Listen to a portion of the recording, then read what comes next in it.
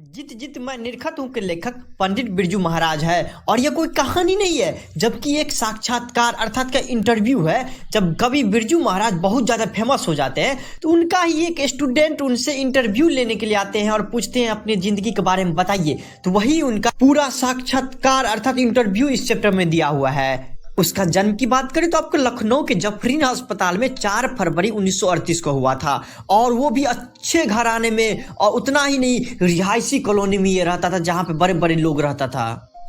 इनका जो खानदानी बिजनेस था वो आप कथक सिखाने का था, उसका दादा परदादा से आते जा रहा था। तो उसके जो पिताजी भी थे तो वो आपको कथक सिखाते थे जगह जगह जाकर, और कथक अपने आप में सबसे ज्यादा कठिन डांस अभी भी माना जाता है। खुशी की बात यह है कि इनके कथक का परफॉर्मेंस आज भी यूट्यूब पे प्रेजेंट है, लेकिन इनका जो है ना हाल फिलहाल 2022 में जो है ना मृत्यु हो गई। उस जमाने में बड़े बड़े राजा महाराजा और नवाब सब जो रहते थे अपने दरबार में कलाकार सबको रखते थे, और इनके पिताजी को क्या आता था, कथक सिखाने भी आता था और कथक का बढ़िया डांस भी करने आता था इनको। तो इनके पिताजी बहुत सारे राजा महाराजा के पास गए, लेकिन अंत में आपको लखनऊ से कुछ दूर रामपुर है एक, वहां पे जो है एक नवाब के पास जो है इनके पिताजी रहते थे। इनके पिताजी इनको बचपन से ही कथक नृत्य सिखाना शुरू कर दिए थे, और जब पिताजी रामपुर नवाबों के पास से घर आते थे तो इनको पढ़ाते भी थे, और जब जाने लगते थे तो 1 सप्ताह का होमवर्क दे देते हैं। लेकिन बिरजू महाराज भी इतना इंटेलिजेंट थे बचपन से ही कि 1 सप्ताह का होमवर्क 3 दिन में समाप्त कर लेते थे, और मम्मी को बैठा देते थे सामने और बोलता था मम्मी सुनो, और 1 सप्ताह का जो होमवर्क था वो आपको सुना देते था मम्मी के सामने। और थोड़ा बहुत गलती हो जाता था, बच्चा था तो उसकी मम्मी समझा देती था बेटा यहाँ पे ये होगा, यहाँ पे ये होगा। और तब से ही वो पहला गुरु अपने मम्मी को माना। फिर जब उनके पिताजी दोबारा आते थे तो उनके पिताजी तबला बजाते रहते थे और अपने बेटा को बोलते थे तुम नाचो। एक बच्चा था, छोटा बच्चा था, कितना देर नाचता, 1 घंटा 2 घंटा हो गया, नाचते नाचते नाचते पसीना टप टप चूने लगता था। फिर भी पिताजी बोलता था डांस करते रहो तो करते रहो। अब बेचारा बच्चा जो डांस करते रहता था। पिताजी का ऐसा मानना था कि हम इसको इतना रियाज करवा देते हैं ना कि भविष्य में जाकर इसको कभी सीखना ना पड़े या कोई इस पे जो है ना उंगली ना उठा सके। लेकिन माँ तो माँ होती है, वो जब बेटा को देखती थी पसीना टपक रहा है फिर भी नचा रहे हैं इनके पिताजी, तो आती थी और कहती थी आपको जरा भी दया नहीं आता है, अरे आपका ही लड़का है ये, हाँ नाचा 1 घंटा हो गया 2 घंटा हो गया, अब क्या मतलब नचाते नचाते इसको मार ही डालिएगा। और उसके बाद क्या करती थी वो लेके चली जाती थी। एक दिन की बात है जब पिताजी जो है रामपुर नवाबों के दरबार में जाने लगे तो हम भी जिद कर दिए, नहीं हमको पापा जाना है जाना है जाना है, क्योंकि छोटा था तो बोला कि हमको जाना है, जिद कर दिया पूरा। बोला तुम कहाँ जाओगे बेटा, नहीं जाओ, नहीं हमको जाना है जाना है, कैसे भी जाना है आपके साथ जाना है, हमको राजा महाराजा के नवाब देखना है तो देखना है। तो फिर वो अंतिम में क्या किया, उसके पिताजी बोला ठीक चलो तब साथ में। जब नवाबों का नजर इस छोटा सा बच्चा पे पड़ा तो उसको बुलाया अपने पास, बोला क्या नाम क्या है तुम्हारा, तो बोला बिरजू। नाचते हो नृत्य करते हो, राजा यूं ही मतलब पूछ लिया तो बोल दिया हाँ हम नाचते हैं। राजा को विश्वास नहीं था कि इतना छोटा बच्चा डांस क्या करेगा, फिर भी बोला तो बोला ठीक है कोई दिक्कत नहीं तुम डांस करो। इतना सुंदर डांस किया, इतना सुंदर डांस किया छोटा सा बच्चा कि राजा का मन मोह लिया, और इतना खुश हुआ कि आदेश दिया कि आज से इनका खाना पीना रहना जितना भी खर्चा होगा वो राजकोष से दिया जाएगा, और यह बच्चा आज से यहीं पे रहेगा, यह मेरा आदेश है। राजा का आदेश था, कौन टाल सकता था। लेकिन इसके पिताजी को बहुत दुख हुआ कि हम कहाँ बच्चा को घुमाने लाए थे, ये बच्चा कहाँ फंस गया। हाँ पढ़ने लिखने का उम्र है, अभी पढ़ता लिखता, उसके बाद अभी ज्यादा उम्र हो जाता, बड़ा हो जाता, फिर आता, फिर तो इसको यही सब काम करना ही है। लेकिन अभी जो मान लीजिए यहाँ पर राजा महाराजा राजघराना मरेगा, पढ़ाई लिखा इसका पूरा चौपट हो जाएगा, इसका जिंदगी बर्बाद हो जाएगा।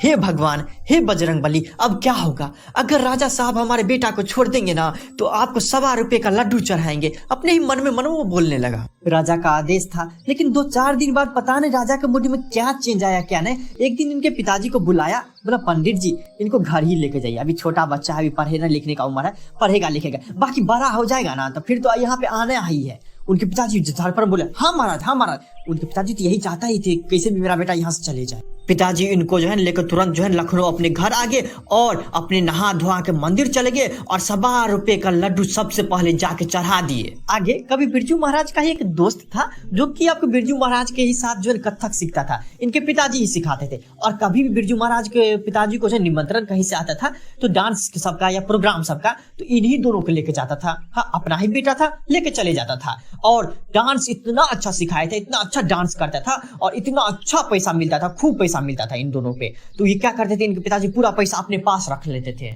ये दोनों जब बड़े हो गए तो पूरी शिक्षा जब कंप्लीट हो गई तो बिरजू महाराज के पिताजी ने कहा कि अब तुम दोनों को 500-500 रुपया देना पड़ेगा, तभी हम गंडा बांधेंगे। अर्थात गंडा बांधना उस जमाने में एक तरह का बोल सकते कि सर्टिफिकेट होता था कि तुम मेरा स्टूडेंट हो, तो वही उसको बोलता था गंडा तब बांधेंगे हम। उस जमाने का 500 आज के 5 लाख के बराबर है। तो सोचिए वो सब कहाँ से लाता, लेकिन फिर भी बोला ठीक है कोई दिक्कत है, हम लोग आपको देंगे, पक्का देंगे। संजोग से पहली बार पर्सनली बिरजू महाराज को निमंत्रण मिला। अभी तक तो ये अपने पिताजी के साथ जाते थे, लेकिन थोड़ा बहुत लोग इनको जानने लगे हुए थे, तो जिंदगी में पहली बार दोनों अकेले गए थे।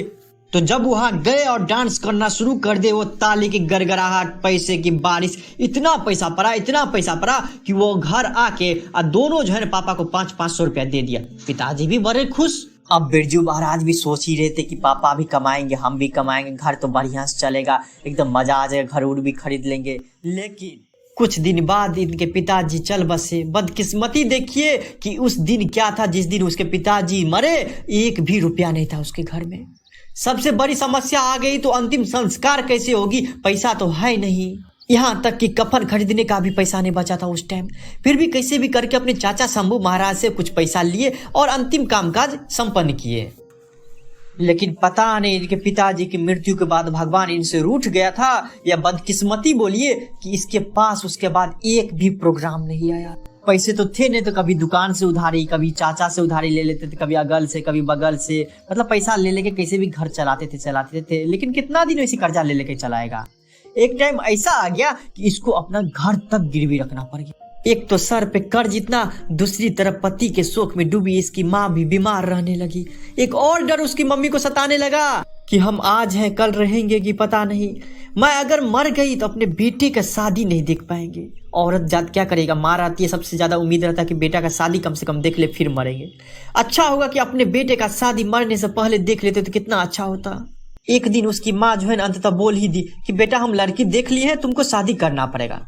मम्मी तुम तो देखती हो घर पे कर्जा कितना है, घर गिरवी को रखने के लिए आ गया, खाने के लिए कुछ है नहीं, फिर भी तुम बोलती हो कि शादी कर लेने के लिए। हम कुछ नहीं जानते, तुमको शादी करना पड़ेगा तो करना पड़ेगा। बिरजू महाराज अपनी माँ का एक भी बात नहीं काटता था, क्योंकि उसका पहला गुरु अपने माँ को ही माना हुआ था और आज तक वो एक भी बात नहीं काटा था, तो ये बात कैसे काट लेगा। फिर भी कैसे भी कर्जा उर्जा लेके अपना विवाह शादी किया। फिर क्या हुआ, कहते हैं ना कि घर में आई लड़की जो है लक्ष्मी के समान होती है। ठीक दूसरे दिन बिरजू महाराज को एक प्रोग्राम मिल गया। जब प्रोग्राम देने गए तो एक ही प्रोग्राम में उसको इतना पैसा मिल गया कि एक ही प्रोग्राम से पूरा का पूरा कर्जा समाप्त हो गया। वो भी बहुत खुश हुआ कि कम से कम कर्जा तो समाप्त हो गया, अगर दोबारा हम चाहेंगे तो दुकान वाला साहब ले सकते हैं राशन। इतने में ही दूसरे दिन भी एक प्रोग्राम आ गया इनको।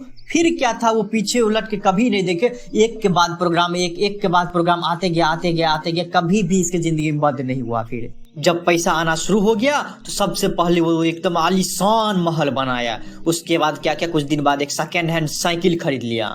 चलाने तो इसको साइकिल नहीं आता था, लेकिन खरीद लिए थे। तो एक दिन इसे सीखने के लिए गए तो किसी को धक्का मार दिए। फिर उस दिन बोला अब हमने साइकिल चलाएंगे। और जब इसका नाम पूरे इंडिया में फैल गया था तो इन्होंने बड़े बड़े शहरों में जो आपको नृत्य कला खोल दिए, और जितने भी इनके स्टूडेंट थे उनको सबको जो है जहां के थे वही का नृत्य कला उन लोगों को सौंप दिया गया। बोला कि तुम लोग को चलाओ और अच्छे से चलाओ। तो इनके हजारों शिष्य में से एक शिष्या थी रसीम वाजपेयी।